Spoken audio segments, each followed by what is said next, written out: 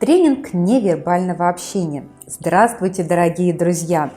Это видео посвящено развитию социально-коммуникативных навыков как части лечения социального тревожного расстройства. В предыдущем видео я подробно разбирала тренинг социально-коммуникативных навыков и уделила внимание развитию различных коммуникативных процедур. Умению просить, отказывать, настаивать на своем, критиковать и прочее. И делать все это необходимо в 3 кругах близости – дальнем, среднем и ближнем круге общения. Но коммуникация начинается не со слов. Важно не только то, что вы говорите, но и как вы говорите. Поэтому, определив основные зоны, которые нуждаются в доращивании, необходимо немного уделить внимание невербальному общению. Психологами установлено, что в процессе взаимодействия людей от 60 до 80% коммуникации осуществляется за счет невербальных средств выражения. И только 20% информации передается с помощью слов. Вы можете произнести «я не хочу» уверенным, тихим голосом, потупив глаза. Но если вы скажете это спокойно, глядя прямо в глаза другому человеку, у вас будет больше шансов на понимание. Обратите внимание на то, как вы устанавливаете зрительный контакт с собеседником. Вы стараетесь отводить взгляд в сторону, не смотрите на собеседника. Или напротив, вы вцепились в собеседника взглядом и боитесь упустить малейшую реакцию.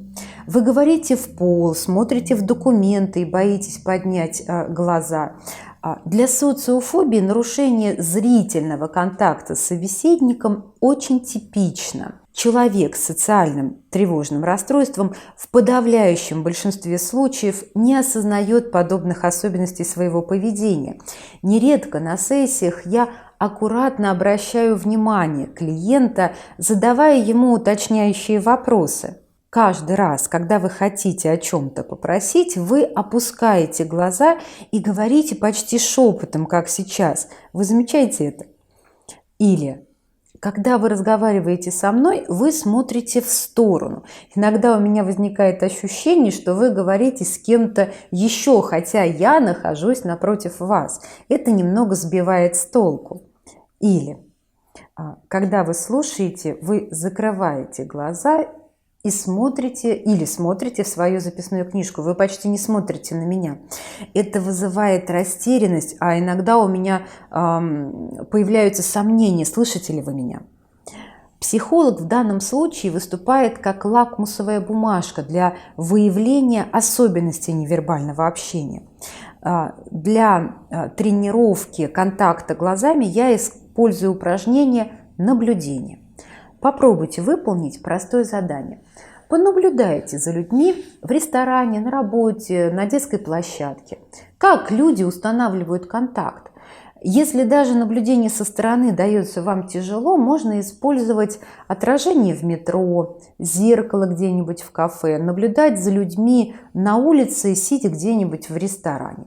Обычное наблюдение со стороны является самым простым способом лучше понять правила общения между людьми, а значит немного снизить напряжение. Не стоит чрезмерно нагружать себя этим упражнением, но и не забывайте делать его хотя бы 5 минут 3 раза в день. Спокойно сидим, пьем чай, едем в метро домой, на работу и наблюдаем. Вот на лавочке сидят молодой человек и девушка. Они держатся за руки. Они почти не смотрят друг на друга. Изредка встречаются глазами, улыбаются, смеются. А потом девушка смотрит на собаку, на деревья, на проходящих мимо людей. А молодой человек смотрит то на девушку, то на руки, то на свой телефон. В процессе наблюдения вы поймете, В ситуации повседневного общения мы смотрим на другого человека, когда начинаем говорить, потом отводим взгляд в сторону, продолжаем общаться и время от времени снова встречаемся с собеседником глазами. Когда мы слушаем, необходимо чуть больше уделять внимание другому человеку, но не смотреть на него в упор. Да? Особенно нельзя смотреть непрерывно, пристально.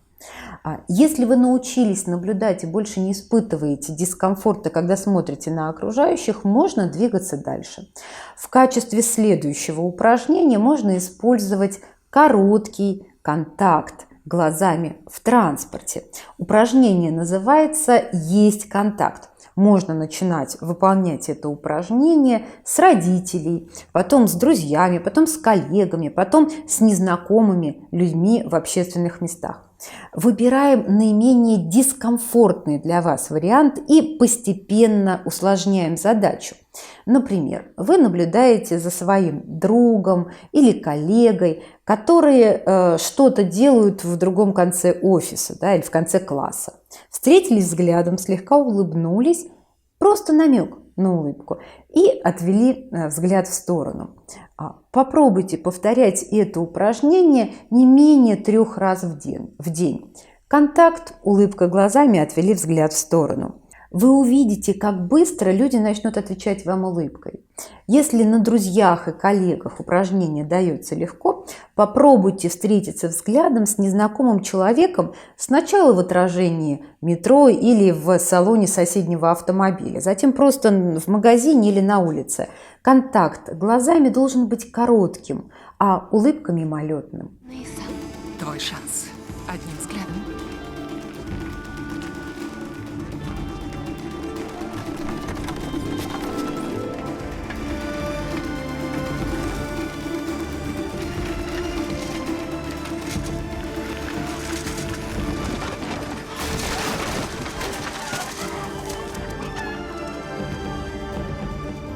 Ты готова. Это не приглашение к общению, это просто знак вежливости. Еще один момент. Выражение лица. Выражение вашего лица должно соответствовать тому, что вы говорите. Поэтому не улыбайтесь, когда рассказываете о том, на что вы злитесь, или о том, что заставляет вас страдать. Фраза, сказанная с улыбкой «ты меня так напугал», скорее заставит вашего собеседника повторить свое действие, чем остановить его. Для тренировки соответствующего выражения лица можно использовать тренировку перед зеркалом и диалог с воображаемым собеседником. Это очень хорошее упражнение, которое используют политики, актеры, спикеры. Репетиция речи или короткого диалога позволяет автоматизировать действие, которое дается тяжело. Возьмем простую ситуацию. Начальник в очередной раз просит вас задержаться после работы, чтобы закончить отчет. Люди с социальным тревожным расстройством часто испытывают трудности с выражением отказа.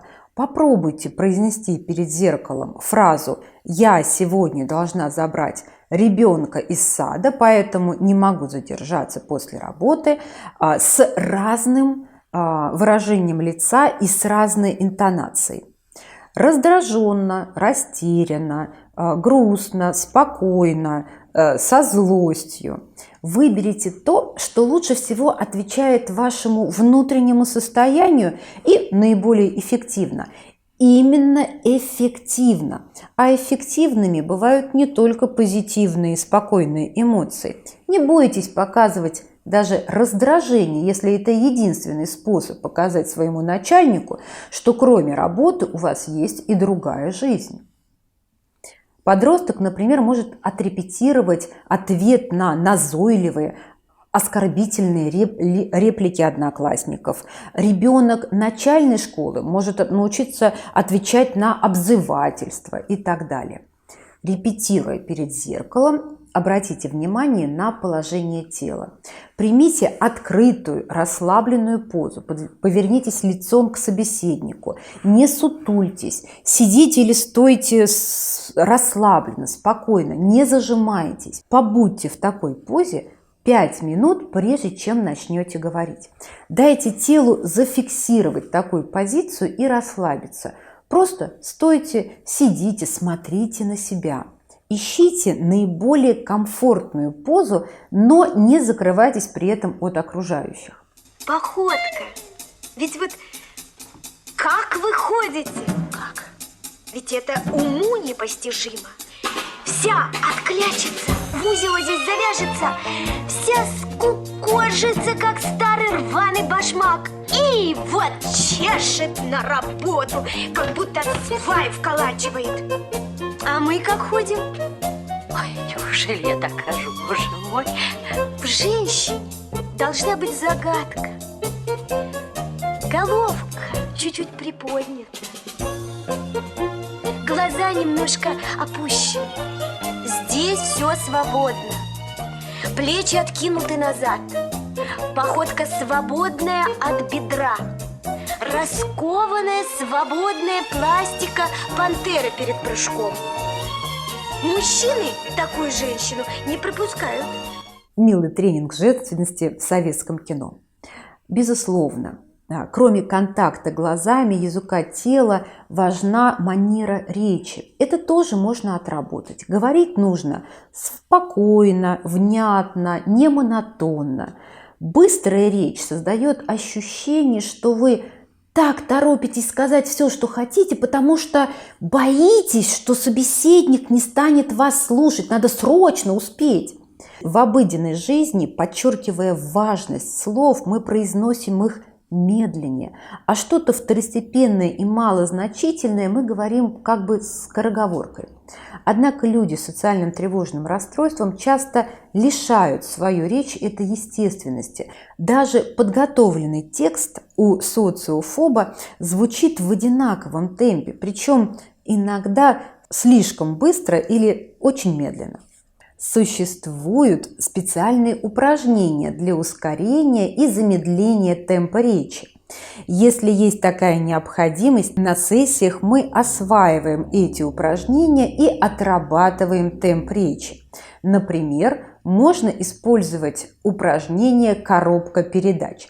Для тренировки можно взять любое поэтическое произведение, к примеру, «У лукоморья дуб зеленый». Говорите его на разной скорости, то максимально быстро, то вальяжно и даже заторможенно, то в обычном темпе. Усложняйте задачу и произносите в полярных темпах каждые 2 или 4 строки. Когда почувствуете, что вы пластичны настолько, что можете говорить в любом темпе, считайте, что с заданием вы справились. Из перечисленных в этом видео советов достаточно трудно собрать новый образец поведения, поэтому на сессиях и домашних заданиях обычно выполняются практические упражнения, которые помогают постепенно научиться вступать в диалог и чувствовать себя уверенно. После работы над невербальным контактом выполняется несколько упражнений на то, как начать разговор и вести короткий диалог, конечно, если с этим есть проблемы. Возможно, я сделаю еще несколько видео, которые посвящу отработке социально-коммуникативных навыков. Следите за моими обновлениями, а пока я буду готовить видео по 3-му завершающему этапу работы с социальным тревожным расстройством, работа с мыслями и поведением. Друзья, подписывайтесь на мой канал, оставляйте свои комментарии, ищите меня в других социальных сетях: Instagram, Facebook, Telegram, ВКонтакте. И до новых встреч! С вами была Наталья Барложецкая.